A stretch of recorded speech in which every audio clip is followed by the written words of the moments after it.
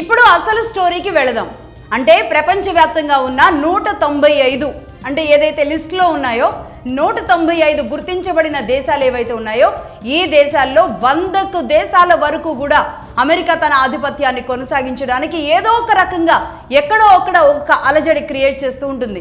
మనం చూస్తాం కదా, కొన్ని బాలీవుడ్, హాలీవుడ్ అండ్ మన మూవీస్లో కూడా ఇలా ఒక మ్యాప్ పెట్టుకొని దాని మీద ఒక పిన్ వేసి ఇక్కడ నేను ఉండాలి అని కోరుకుంటూ చేసే ఆధిపత్య గేమ్ ఏదైతే ఉంటుందో అమెరికా లిటరల్లీ అదే చేసుకుంటూ వచ్చింది. అందులో భాగంగా ఇప్పటి వరకు ఈ 8 దేశాలు, మనందరికీ తెలిసిన ఈ దేశాలు, అందులో జరిగిన ఇష్యూస్ అన్ని చెప్పుకురావడం జరిగింది.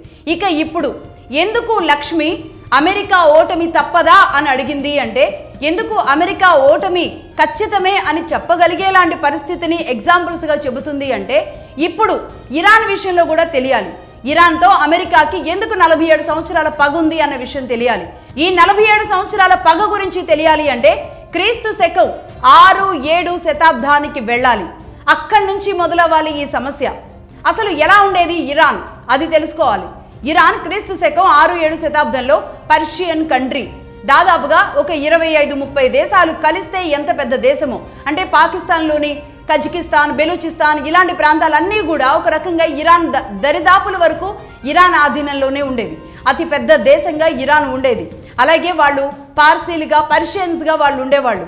పర్షియన్స్గా ఉన్న వాళ్ళల్లోకి ఒక ఇస్లాం మతం చొరబడింది.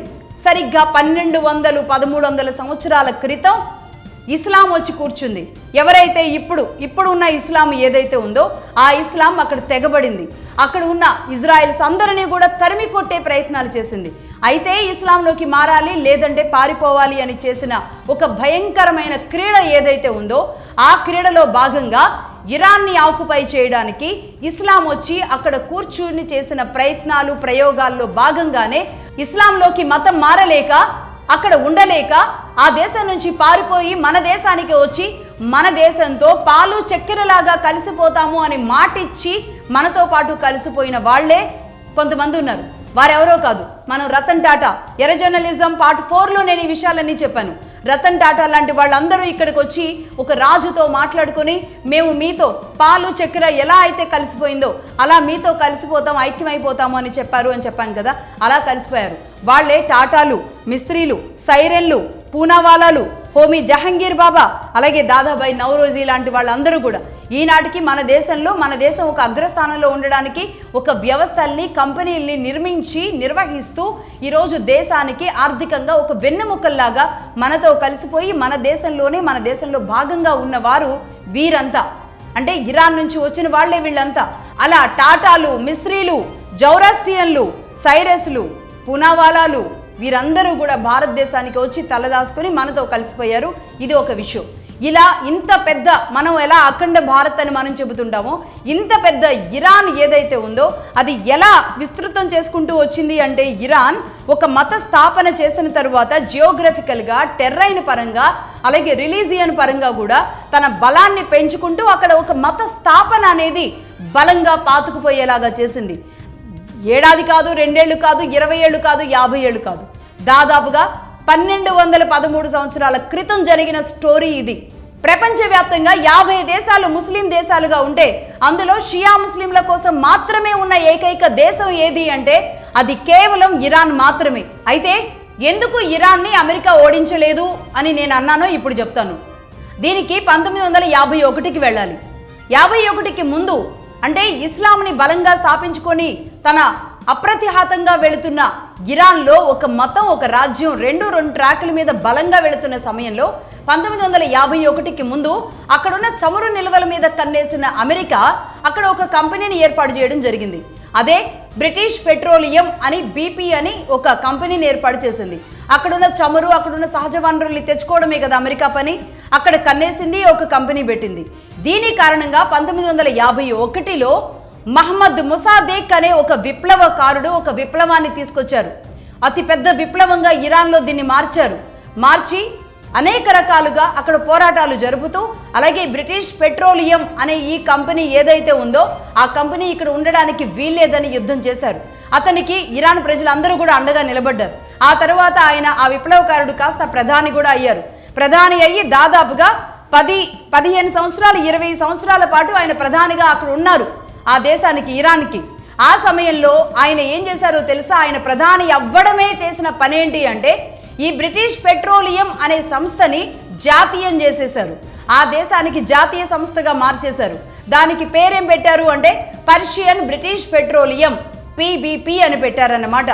దీంతో ఆగ్రహంతో ఊగిపోయిన అమెరికా తన డబ్బులు ఖర్చు పెట్టి ఆ దేశంలో పెట్టిన డబ్బులు ఏవైతే ఉన్నాయో అన్నీ నేలపాలైపోయినాయి అని, మొత్తం ఆయిల్ పాలైపోయినాయి అని భావించి ఎట్లా ఇతన్ని చంపాలా అని అనేక కుట్రలు చేసింది. అనేక రకాలుగా అతన్ని ప్రధాని పదవి నుంచి తొలగించడానికి ఇరాన్లో అనేక రకాల అలజడులు తీసుకొచ్చింది. ఆ అలజడులు ఎలా ఉంటాయో, ఏ స్థాయిలో ఉంటాయో, ఆ అలజడుల కోసం మహిళల్ని ఎలా వాడుతూ వస్తుందో అమెరికా, ఎర్ర జర్నలిజం పార్ట్ 2లో నేను కొన్ని విషయాలు చెప్పాను. అందులో భాగంగా అమెరికా చేసిన ప్రయోగాల్లో చివరికి ఏం చేశారు అంటే British intelligence agency MI6 and CIA, America intelligence agency and British intelligence agency ఇద్దరూ కలిసి మహమ్మద్ మొసాదేక్ని చంపేశారు. ప్రధాని పదవి నుంచి అతను వైదొలగడం జరిగింది. రహేషా పెహ్లావీని తీసుకొచ్చి ఆ దేశానికి ప్రధానిగా చేశారు, ఒక అమెరికన్ ఏజెంట్ని, అమెరికన్ పెప్పెట్ని. రహేషా పెహల్వాని ఎప్పుడైతే ప్రధాని అయ్యాడో అతడు వెంటనే తీసుకున్న నిర్ణయం ఇది పర్షియన్ బ్రిటిష్ పెట్రోలియంని కాస్త బ్రిటిష్ పెట్రోలియం చేసి జాతీయంగా ఉన్న కంపెనీని మళ్ళీ అమెరికాకు అప్పగించేశాడు. అలాగే అక్కడ ఇంకో కంపెనీ కూడా వచ్చింది, షెల్ అనే మరో కంపెనీ వచ్చింది. ఈ రెండు కంపెనీలు మళ్ళీ వచ్చి ఇరాన్లో మళ్ళీ ఆయిల్ తోడడం, మళ్ళీ ఇరాన్ సంపదని దోచుకెళ్లడం అనేది మళ్ళీ మొదలుపెట్టాయి. మళ్ళీ మొదలు పెడుతూ ఉన్న దాన్ని ఇక్కడ ఉన్న మతం ఒప్పుకోలేదు. 1979లో ఖమేనీ విజృంభించడం మొదలుపెట్టాడు. వెస్టర్న్ వరల్డ్కి వ్యతిరేకంగా మాకు మీ అమెరికా అవసరం లేదు, మీ విధానం అవసరం లేదు, మా మతం మాకుంది, మా పాలన మేము చేసుకోగలం, మా స్వరాజ్యం మాకుంది, మీ కంపెనీలు అవసరం లేదు, మీరు అవసరం లేదు, మీ పప్పెట్లు అవసరం లేదు అంటూ ఒక ఉద్యమాన్ని తీవ్ర రూపంగా తీసుకొచ్చారు ఖమేనీ. ఆ ఉద్యమం కాస్త ఎలా వచ్చింది అంటే ఏకంగా ఈ రహేషా పెహ్లావి అప్పటికే ఒక 10 సంవత్సరాల పాటు ఇరాన్లో ప్రధానిగా ఉన్నారు. ఈ 10 సంవత్సరాల పాటు కూడా అమెరికా పెత్తనం కొనసాగిస్తూ, అమెరికా ఏం చెబితే అది చేస్తూ, అమెరికా ఎవరిని చంపమంటే వాళ్ళని చంపిస్తూ రహేషా పెహ్లావి తన అప్రతిహాతంగా ఈ 10 ఏళ్ల పాటు తన రాజ్యాన్ని ఒక అధికారంలో కూర్చొని కొనసాగించారు. అయితే ఖమేనీ తనని ఏమాత్రం ప్రశాంతంగా కూర్చొనివ్వలేదు. 10 ఏళ్ళు కూడా రహేషా పెహ్లావికి దినదిన గణంగానే నడిచింది. అది కాస్త ఎక్కడికి వెళ్ళిందంటే 1979లో ఖమేనీ అండ్ ఇరానీ సైన్యం, ఇరాన్ ప్రజలందరూ కలిసి ఈ రహేషా పెహ్లావిని అంటే ఆ దేశ ప్రధానిని నడి రోడ్డు మీద ఉరి తీశారు. రోడ్డు మీదకి తీసుకొచ్చి ఉరి తీసేలాంటి పరిస్థితి కారణమైంది. అల్లర్లు, అలజడులు అతి పెద్ద స్థాయిలో జరిగాయి. రీసెంట్గా బంగ్లాదేశ్లో జరుగుతున్న కొన్ని అంశాల గురించి మనం మాట్లాడుకుంటున్నాం కదా. సరే అంటే బంగ్లాదేశ్ అల్లర్లకి కారణం మరొకరు ఉన్నారు. సేమ్ అమెరికా చేసే అల్లర్లు కూడా ఇలాంటివే. ఈ నేపథ్యంలో రహేషా పెహ్లావిని మట్టుబెట్టేశారు ఇరాన్ ప్రజలు మట్టుబెట్టిన తరువాత రహేషా పెహ్లావి కొడుకుని రహేషా పెహ్లావి 2 అంటారు, ఇతన్ని ప్రిన్స్ అంటారు. అప్పటికప్పుడే అమెరికా ఏం చేసింది అంటే ఒక మళ్ళీ ఫ్లైట్ జెట్లు వస్తాయి, CIA ఫ్లైట్ జెట్లు, అతన్ని తీసుకొని అమెరికాకి మళ్ళీ అక్కడ ఒక పొలిటికల్ అసైలం ఇచ్చారు. పొలిటికల్ అసైలంలో భాగంగా రహేషా పెహ్లావి కుమారుడు ప్రస్తుతానికి అమెరికాలో పొలిటికల్ అసైలంలో అక్కడ ఉన్నాడు. ఇప్పుడు అతన్ని తీసుకొచ్చి ఇరాన్లో పెట్టడమే అమెరికా పగ. ఇప్పటికి 47 సంవత్సరాలుగా పెహ్లావి కుమారుణ్ణి కాపాడుతూ వస్తున్న అమెరికా ఇప్పుడు పెహ్లావి కొడుకుని తీసుకొచ్చి ఇరాన్లో ప్రెసిడెంట్గా చేయాలనుకుంటుంది. అందుకే ఎవరైతే సుప్రీం లీడర్ ఎవరైతే ఉన్నారో, సెకండ్ సుప్రీం లీడర్ వచ్చినా, థర్డ్ సుప్రీం లీడర్ వచ్చినా, సుప్రీం లీడర్ ఇరాన్లో అన్న పదం వినిపిస్తేనే మేము అతన్ని బతకనివ్వం, లేపేస్తామనే లాంటి శపథాలు, అలాంటి వార్నింగ్లు నడుస్తున్నాయి. అంటే అసలు స్టోరీ ఇప్పుడు అర్థమైందా? పెహ్లావి 2ని తీసుకొచ్చి ఇరాన్ దేశ ప్రధానిగా చేయాలి. అమెరికా పప్పెట్టిని ఇరాన్ దేశ ప్రధానిగా చేసుకుంటే ఇరాన్ తమ చెప్పు చేతుల్లో ఉంటుంది అనే అతిపెద్ద భారీ కుట్రలో భాగమే ఈ జరుగుతున్న యుద్ధం. ఎందుకంటే ఇక్కడ ఇరాన్లో మతం అనేది చాలా బలంగా వేళ్ళునుకుపోయిందని నేను చెప్పినట్లుగా దాన్ని టచ్ చేయడం అంత ఈజీ కాదు. అక్కడ సంస్కృతి, అక్కడ సాంప్రదాయం, అక్కడ విధానం అంతా కూడా ఒక మతానికి ముడిపడి ఉన్న కల్చర్లో భాగంగా చేసుకుంటూ ఇస్లాంని అప్రతిహాతంగా ఖమేనీ లాంటి వాళ్ళు, ఖమేనీకి ముందు ఉన్న వాళ్ళు కూడా అలా తీసుకొచ్చారు ఇన్నేళ్ల పాటు. ఖమేనీ కూడా 70 సంవత్సరాలుగా ఒక స్ట్రాంగెస్ట్ లీడర్గా అమెరికాని కనీసం బోర్డర్లోకి కూడా అడుగు పెట్టనీయకుండా 47 సంవత్సరాలుగా అక్కడ వాళ్ళు పెట్టిన పెప్పెట్టిని నిట్ట నిలువున చంపేసి ఇంకో పెప్పెట్ని రానివ్వకుండా నిలబడగలిగింది. తాము పెట్టిన వ్యక్తే అక్కడ అధ్యక్షుడిగా ఉండేలాగా చేయగలుగుతుంది అంటే ఇది పూర్తిగా ఖమేనీ నమ్మిన ఒక మత విశ్వాసం వీటితో ఒక బలంగా ఉంది అనేది వాస్తవం. ఇందులో ఒక దేశాన్ని పొగడమో ఒక మతాన్ని పొగడమో ఉద్దేశాలు కాదు. నిజాలని వాస్తవాలని యాక్సెప్ట్ చేయగలిగిన రోజే మనం భవిష్యత్తులో నిలబడగలుగుతాం అనేది గుర్తించాలి. ఇది వాస్తవం, ఇది నిజం. ఆ దేశం అలా నమ్ముకుంటూ వచ్చింది. ఖమేనీ ఆ దేశాన్ని అలా నిలబెట్టారు. అయితే ఇక్కడ ఒకసారి మనం ఇరాన్ ప్రెసిడెంట్ గురించి అసలు ఇప్పటి వరకు ఎవరు మాట్లాడుకోలేదు కదా. ఆయనే పెజెష్కియాన్ ఇరాన్ ప్రధాని. పెజెష్కియాన్ ప్రధాని అవ్వాలన్నా లేదంటే అక్కడ ఎవరైనా ప్రెసిడెంట్ నిలబడాలన్నా ఆర్మీ చీఫ్ అయినా క్యాబినెట్ సెక్రటరీ అయినా లేదంటే ఆ దేశపు జ్యుడిషియల్ వ్యవస్థలో జడ్జిగా ఉండాలి అన్నా సరే, ఎవరు ఏ ఉన్నత స్థానంలో ఉండాలి అన్నా సరే అది ఖమేనీ నిర్ణయించిన వాళ్ళు మాత్రమే అక్కడ అవ్వగలిగేలాంటి అవకాశం ఉంటుంది.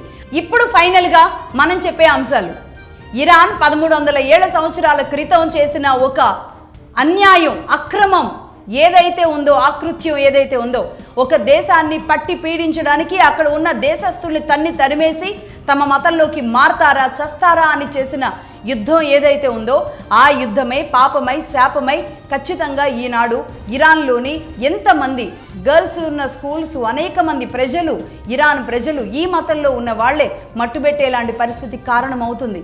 ఇదే కర్మ ఫలితం అంటారు. ఇదే భారతదేశం నమ్మిన సిద్ధాంతం. ఈ కర్మ ఫలితంలో భాగంగానే ఇరాన్ ఈ అలజడిని ఫేస్ చేయాల్సిందే, ఈ పరిస్థితుల్ని ఫేస్ చేయాల్సిందే.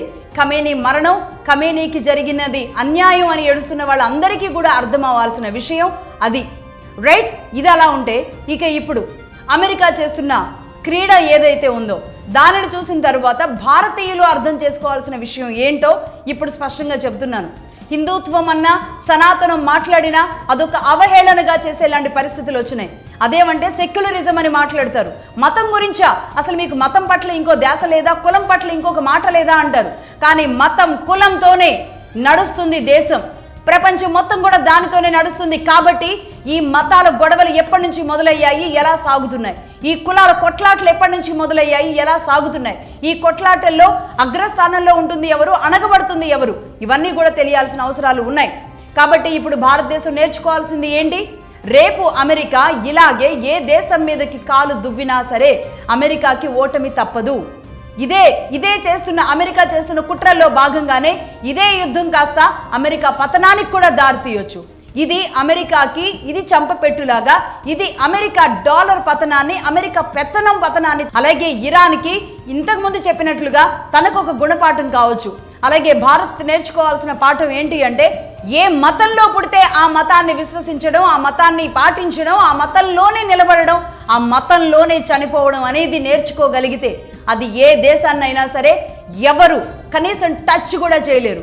భారతదేశం ఈ రోజు వరకు కూడా నిలబడి ఉందంటే ఎంతమంది వచ్చి ఎన్ని యుద్ధాలు చేస్తున్నా, ఎన్ని రకాలుగా ఇక్కడ మనల్ని లేకుండా చేయడానికి ప్రయత్నాలు చేసిన ఈనాటికి భారతదేశం నిలబడింది అంటే బలంగా వేళ్ళూనుకుని ఉన్న భారతీయ సనాతనం అనేది మాత్రమే గుర్తించాలి.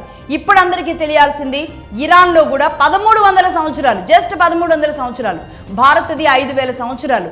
మరి ఇప్పటికి మారుతున్న పరిస్థితుల నేపథ్యంలో, పెరుగుతున్న టెక్నాలజీ నేపథ్యంలో మతాన్ని విస్తరించాలని ఒక మతం ఆలోచిస్తుంటే, నా మతం పెద్ద లైట్లే అని మనం భావిస్తుంటే జరిగే పెను ప్రమాదం, సవాళ్ళన్నీ కూడా ముందు మన కోసం ఎదురు చూస్తూ ఉన్నాయి. మన భవిష్యత్తు తరాలు వాటిని ఎదుర్కోవడానికి, రేపు ఈ మత యుద్ధాలు చేయడానికి మీ పిల్లలో, మీ మనవళ్ళో, మీ ముదు మనవళ్ళో సిద్ధమై ఉండాల్సిన అవసరాన్ని సూచిస్తున్నాయి. ఇది ఇవాళ ఎర్ర journalism part 11. That's all for now. చూస్తూనే ఉండండి మగధా న్యూస్. నేను లక్ష్మి, సైనింగ్ ఆఫ్.